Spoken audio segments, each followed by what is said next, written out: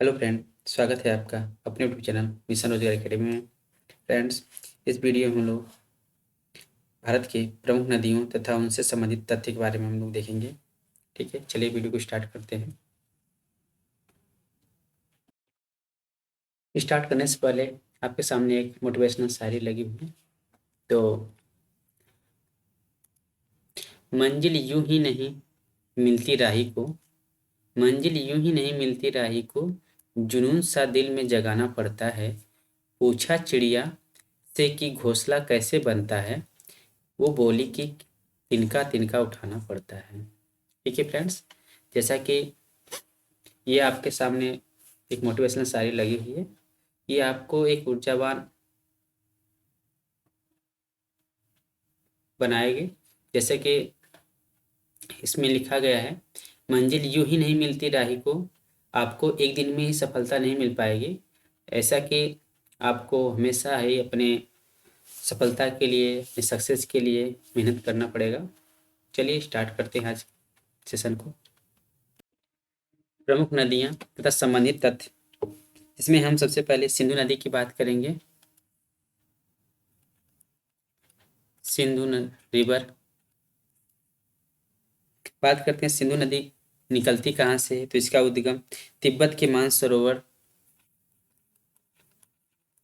तिब्बत के मानसरोवर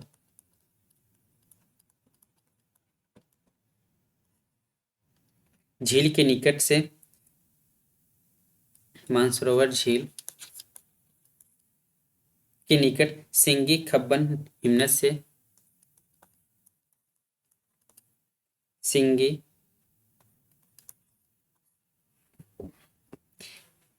खब्बन हिमनद से निकलती है। सिंधु नदी तिब्बत के मानसरोवर झील के निकट सिंगी खब्बन हिमनद से निकलती है। इसकी प्रमुख सहायक नदियों, सिंधु नदी की प्रमुख सहायक नदियों में पंचनद नदी, पंचनद नदी, पंचनद नदी कौन कौन सी होती है? झेलम, चिनाब, रावी, ब्यास, सतलज।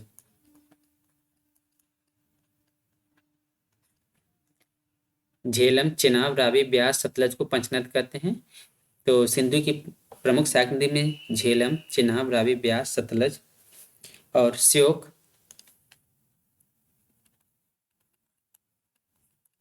श्योक, गिलगित,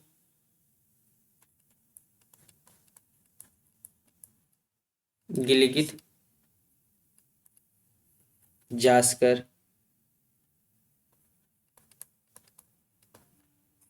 जास्कर, हुंजा, हुंजा, नुब्रा, नुब्रा और सिगार व काबुल नदी है। काबुल नदी इसकी सहायक नदी है। तो सिंधु की सहायक नदी में झेलम, चिनाब, रावी, ब्यास, सतलज, श्योक, गिलगित, जास्कर, हुंजा, नुब्रा, सिगार और काबुल हैं। इसकी संगम या मुहाना की बात करते हैं तो ये नदी अपना मुहाना या संगम कहाँ पर बनाती है? तो अरब सागर में।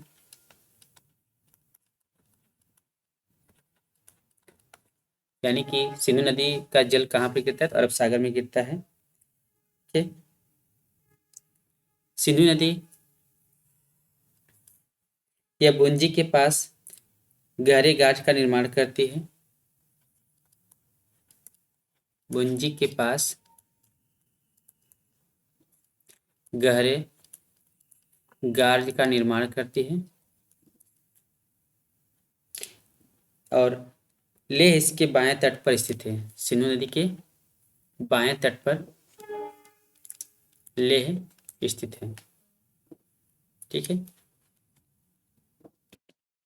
बात करते हैं झेलम नदी की।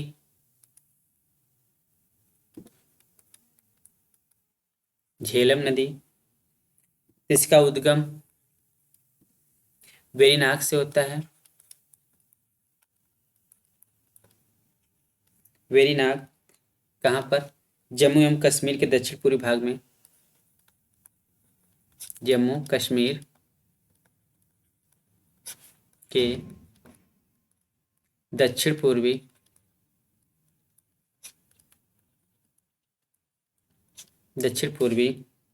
भाग के निकट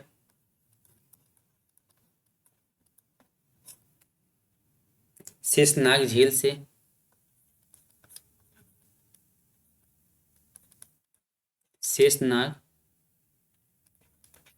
से इसका उद्गम होता है। झेलम नदी की सहायक नदी की बात करते हैं तो इसकी सहायक नदी किशनगंगा है। किशनगंगा इसकी सहायक नदी है। किशनगंगा को पाकिस्तान में नीलम नदी के नाम से भी जाना जाता है। पाकिस्तान में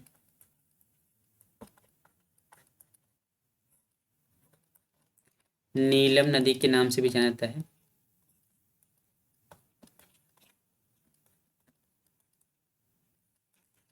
किशनगंगा को पाकिस्तान में नीलम नदी के नाम से जाना जाता है। बात करते हैं झेलम नदी अपना संगम या मुहाना कहाँ बनाती है तो यह चेनाब नदी में अपना संगम बनाती है, यानी कि चेनाब नदी में जाके मिल जाती है। झेलम नदी जो है यह बुलर झील से होकर बहती है। कश्मीर घाटी में इसका बहाव विसर्पी की तरह है। झेलम नदी यह बुलर झील से होकर बहती है। कश्मीर घाटी में इसका बहाव विसर्पी की तरह है। विसर्पी क्या होता है? जब नदियां बहती है तो ऐसे ऐसे धाराओं में बढ़ जाती है, इसको विसर्पी कहते हैं। कुछ दूर तक यह भारत पाकिस्तान की सीमा के साथ बहती है। जो झेलम नदी है कुछ दूरी तक भारत पाकिस्तान सीमा से होकर बहती है। भारत पाकिस्तान का सीमा भी निर्धारित करती है। श्रीनगर इसके तट पर बसा शहर है। जो श्रीनगर है तो झेलम नदी के तट पर बसा शहर है। ठीक है, श्रीनगर झेलम नदी के तट पर बसा हुआ शहर है। बात करते हैं नेक्स्ट नदी की। चेनाब नदी की बात करते हैं तो यह चंद्रा एवं भागा नामक दो नदियों से मिलकर बनी हुई है। ये दोनों केलांग के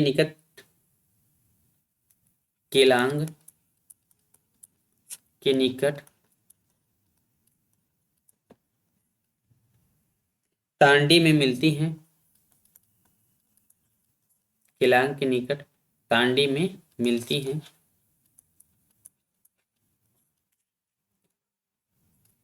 चंद्रभागा का उद्गम स्रोत जो है हिमाचल प्रदेश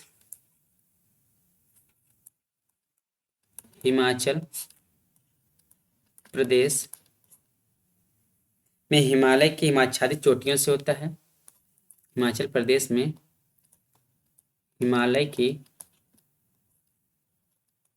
हिमाच्छादित चोटियों से होता है।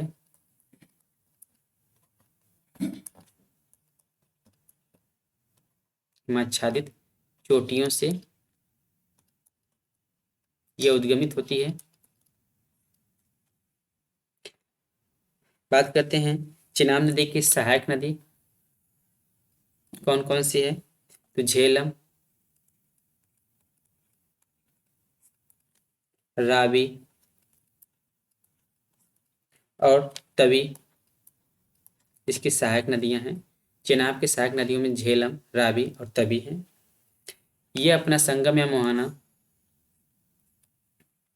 सतलज नदी में सतलज में बनाती है, यानी कि सतलज में जाके मिल जाती है। चेनाब जो है यह सिंधु की सबसे बड़ी सहायक नदी है। सिंधु की सबसे बड़ी सहायक नदी है।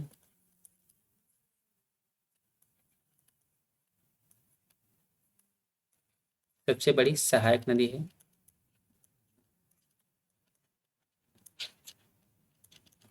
ठीक है। चेनाब नदी चंद्रा एवं भागा नदियों के से मिलकर बनी हुई है। यह केलांग के निकट टांडी में मिलती है। हिमाचल प्रदेश के हिमालय की हिमाच्छादित चोटियों से इसका उद्गम होता है। इसकी सहायक नदियों में झेलम, रावी और तवी है। ये अपना संगम या मुहाना कहाँ बनाती है? तो सतलज नदी में बनाती है। संगम या मुहाना सतलज में बनाती है और यह सिंधु की सबसे बड़ी सहायक नदी है। नेक्स्ट की बात करते हैं, रावी नदी की बात करते हैं। तो रावी नदी हिमाचल प्रदेश के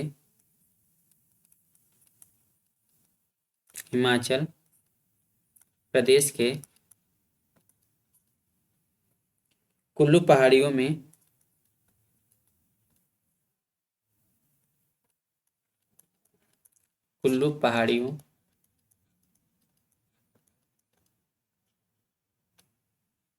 में रोहतांग दर्रे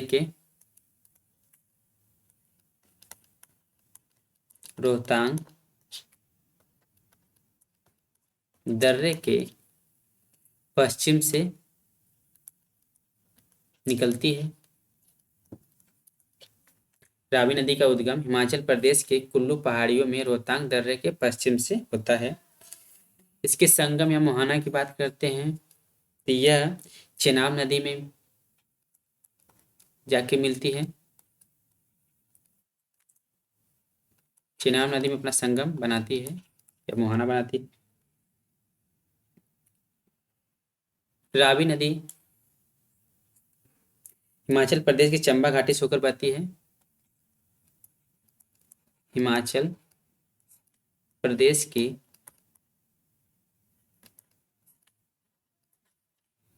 चंबा घाटी से होकर बहती है।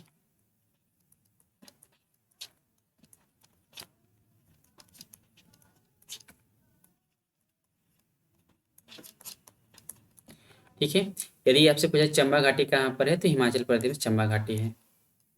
तो रावी नदी जो है हिमाचल प्रदेश की चंबा घाटी से होकर बहती है।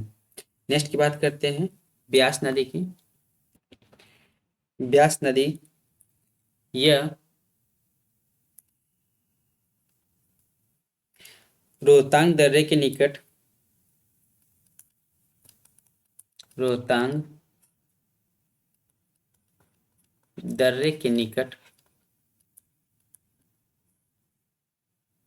ब्यास कुंड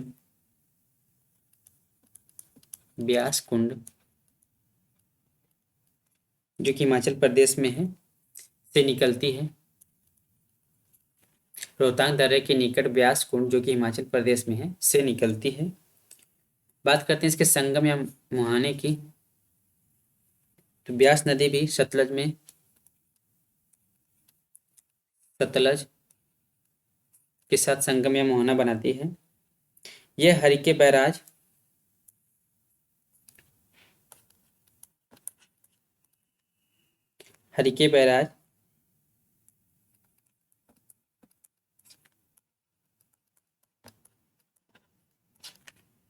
जहां ब्यास एवं सतलज नदियों का संगम है।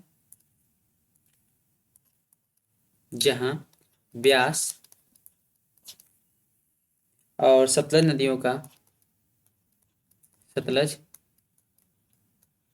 नदी का संगम है। इंदिरा गांधी यहां से निकलती है। इंदिरा गांधी नहर यहाँ से निकलती है। जहाँ पर ब्यास और सतलज दोनों नदियाँ मिलती हैं, संगम या मुहाना बनाती हैं, वहीं से इंदिरा गांधी नहर निकाली गई है। इसका अपवाह केवल भारत में है। जो ब्यास नदी है, इसका अपवाह केवल भारत में है।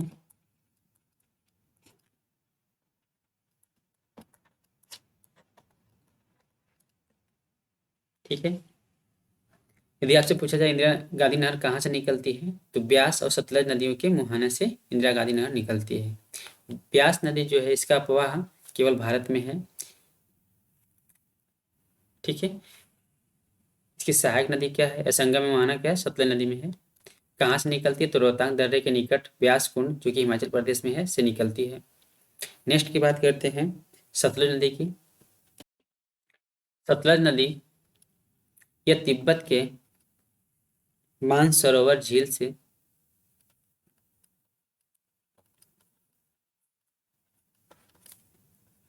तिब्बत के मानसरोवर झील के निकट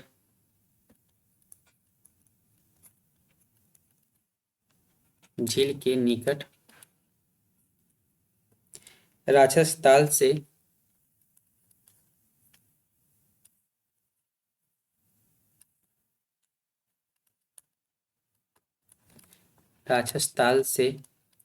उद्गमित होती या निकलती है।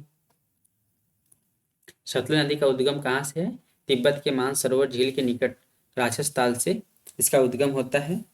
इसकी प्रमुख सहायक नदी की बात करते हैं। सतलज नदी की प्रमुख सहायक नदियों में ब्यास नदी है,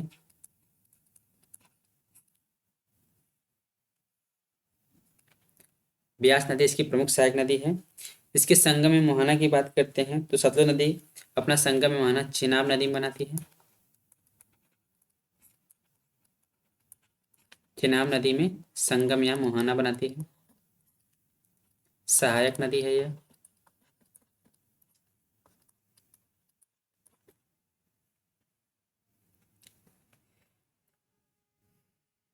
सतलज नदी पर लुधियाना एवं फिरोजपुर बसे हुए हैं। सतलज नदी के किनारे लुधियाना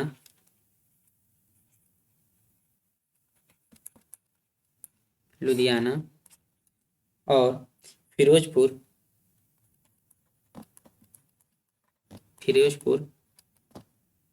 बसे हुए हैं। ठीक है।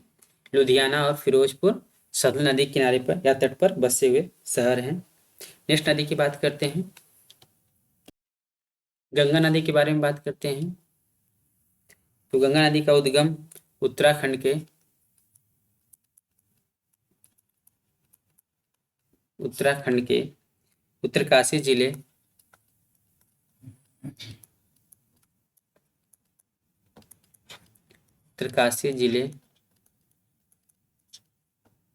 के गोमुख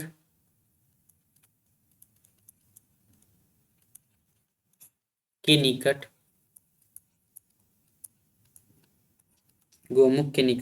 गंगोत्री हिमनद से होता है।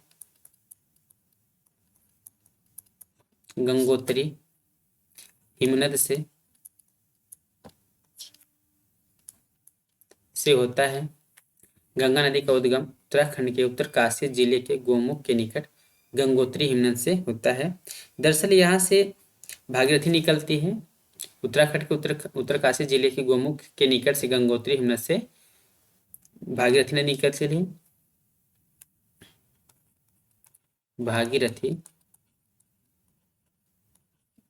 नदी यहाँ से निकलती है और यह देवप्रयाग में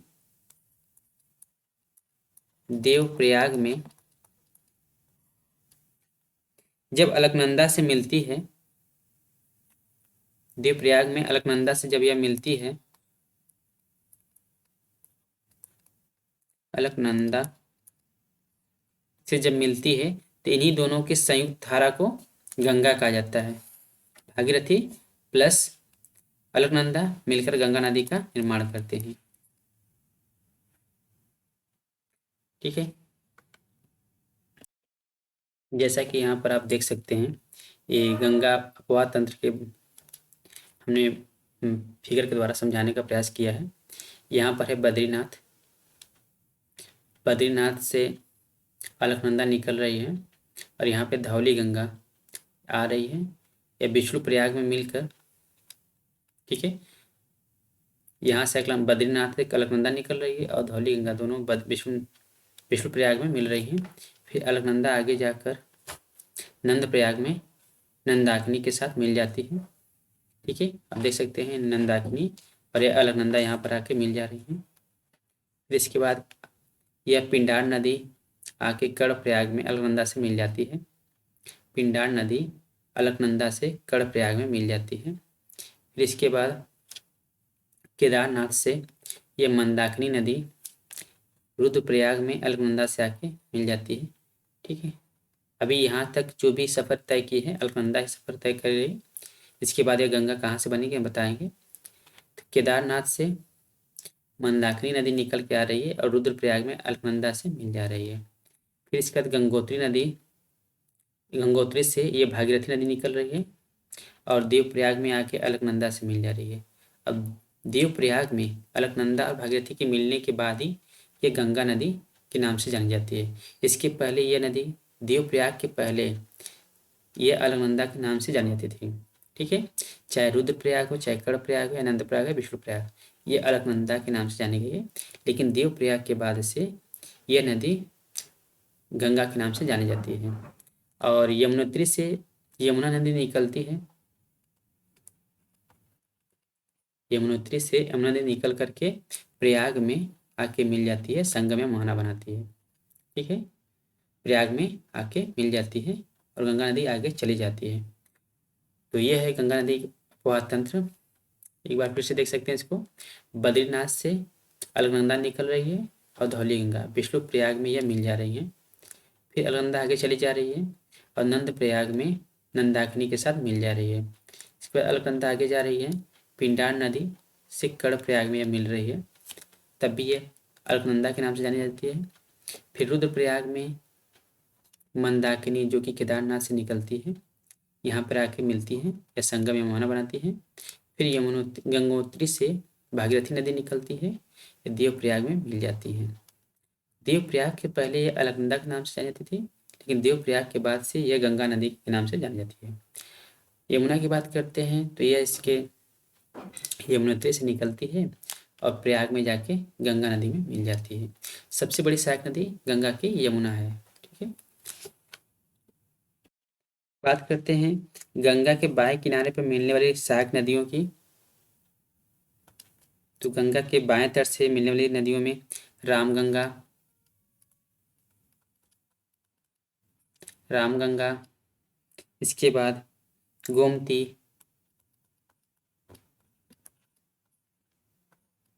घाघरा,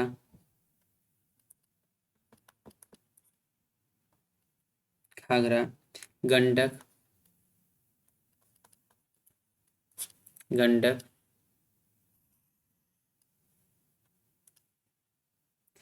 बूढ़ी गंडक,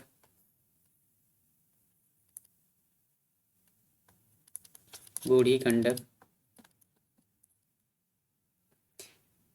बागमती, बागमती, कोसी, कोसी, फिर लास्ट में महानंदा। ठीक है, गंगा की सहायक नदियों में यह बाएं तट से मिल रही है। रामगंगा, गोमती, घाघरा, गंडक, बूढ़ी गंडक, बागमती, कोसी, महानंदा। बात करते हैं इसके दाहिने तट पे या दाएं किनारे पर मिलने वाली नदियों में। तो जैसा कि हमने पहले बताया, इसकी सबसे बड़ी सहायक नदी कौन सी है? यमुना है, जो प्रयाग में आके मिल जाती है। आप इसको और बड़ा कर सकते हैं।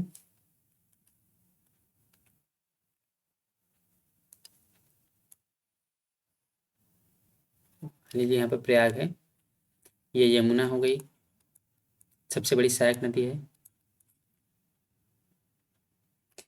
फिर सोन,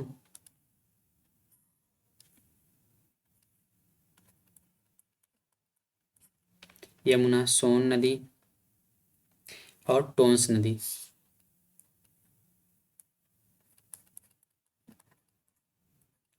सोन नदी और टोंस नदी है। ठीक है, जो टोंस नदी है यह हुगली गंगा की प्रमुख वितारिका है। ठीक है, ये बाएं तट से मिलने वाली, गंगा के बाएं किनारे से मिलने वाली नदियां हैं। रामगंगा, गोमती, घाघरा, गंडक, बूढ़ी गंडक, बागमती, कोसी, महानंदा। और दाहिने तट पर मिलने वाली नदियां हैं यमुना है, सोन है, टोंस है। जिसमें यमुना सबसे बड़ी सहायक नदी है, चाहे बाएं तट पे हो चाहे दाएं तट पे, सबसे बड़ी सहायक नदी यमुना है। ठीक है, बात करते हैं संगम इसके मुहाने की। तो ये अपना संगम मुहाना बंगाली खाड़ी में,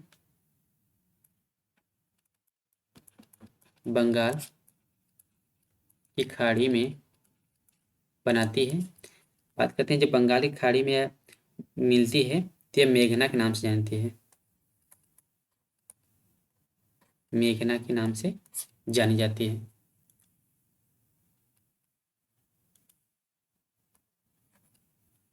ठीक है, हिंदू मान्यता के अनुसार गंगा भारत की पवित्र नदी है,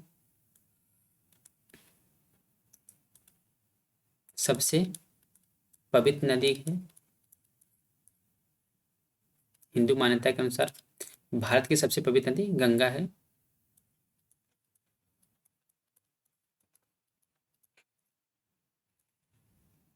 दो 2008 में इसे राष्ट्रीय नदी का दर्जा दिया गया। गंगा नदी को 2008 में राष्ट्रीय नदी का दर्जा दिया गया। भारत का सबसे बड़ा अपवाह तंत्र गंगा नदी का है। तो गंगा अपवाह तंत्र, अपवाह तंत्र भारत का सबसे बड़ा अपवाह तंत्र है, सबसे बड़ा अपवाह तंत्र है। ठीक है, ये रहे गंगा से रिलेटेड कुछ प्रमुख फैक्ट। कहाँ से निकलती है, कौन कौन सी सहायक नदियाँ हैं, सबसे बड़ी सहायक नदी कौन सी, इसके बाएं तट से मिलने वाली नदियाँ और इसके दाएं तट से मिलने वाली नदियों की हमने इस बात की। बात करते हैं सोन नदी की। सोन नदी, बात करते हैं सोन नदी के उद्गम की। तो ये मध्य प्रदेश में स्थित अमरकंटक के पहाड़ी से निकलती है, अमरकंटक की पहाड़ी से। अमरकंटक की पहाड़ी कहाँ पर है, तो मध्य प्रदेश में है। मध्य प्रदेश के अमरकंटक की पहाड़ी से निकलती है या उद्गमित होती है। बात करते हैं इसके सहायक नदियों की। तो सोन की सहायक नदी रिहंद, उत्तरी कोयल,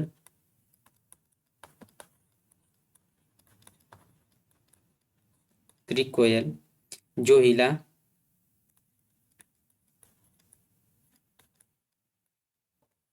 जोहिला, जोहिला, गोपद और कन्हर है।